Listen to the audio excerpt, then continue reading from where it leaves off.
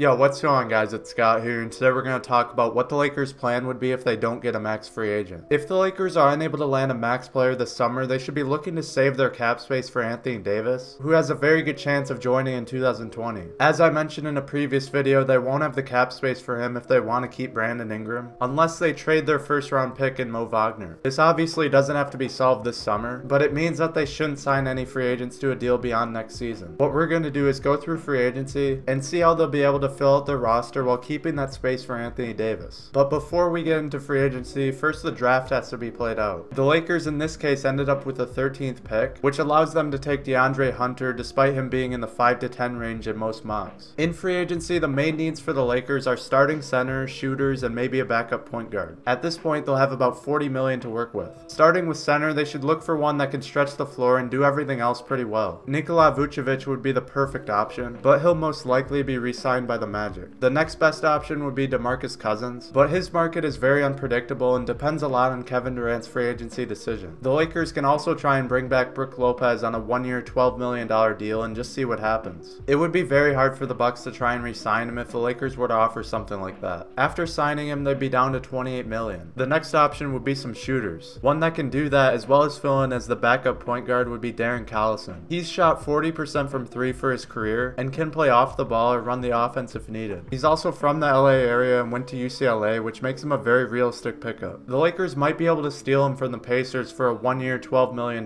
deal. After signing Collison, they're then down to $16 million. They'll then want to get another shooter, and the best option would be Trevor Ariza because of what he provides defensively. He might be willing to take a contract of around $10 million or so, which would bring their cap space down to $6 million. This remaining money could then go towards re-signing JaVale McGee to fill up that center spot a bit more. At this point, the Lakers' cap space would be filled up, and they'd only be at 12 players, which means they'd have to sign a few more. Alex Caruso has been playing like he deserves an NBA contract, and maybe even a spot in the Lakers' rotation. By signing Collison, who could play alongside either Lonzo or Caruso, it would allow Caruso to still potentially fit in the rotation. After signing Caruso to the minimum, they could also bring back Jonathan Williams. Then at this point, the Lakers would still have one more roster spot, which should probably go to another shooter. There would probably be a limited field of players that would accept a minimum contract, so it would probably have to be someone like Jody Meeks, but there could be better options available. After the offseason has been completed, they'd have added 3 shooters to their rotation who are players that would also fit very well in the system. Their rotation would be a solid 10 players deep with a starting lineup of Lonzo, Ingram, LeBron, Kuzma, and Brook. Then their bench unit could be Collison, Hart, Hunter, Ariza, and McGee, with Wagner and Caruso easily interchangeable with 2 or 3 players each. It's pretty clear that this roster is better than the current one, especially when you factor in the growth that could happen over the offseason. The Lakers' offseason might not turn out as perfectly scripted as this one, but they can get pretty close if they use their cap space wisely. That's all I have for this video, guys. I hope you enjoyed. If you want to see more Lakers content like this, then make sure you subscribe, and drop a like if you enjoyed the video, and thanks for watching.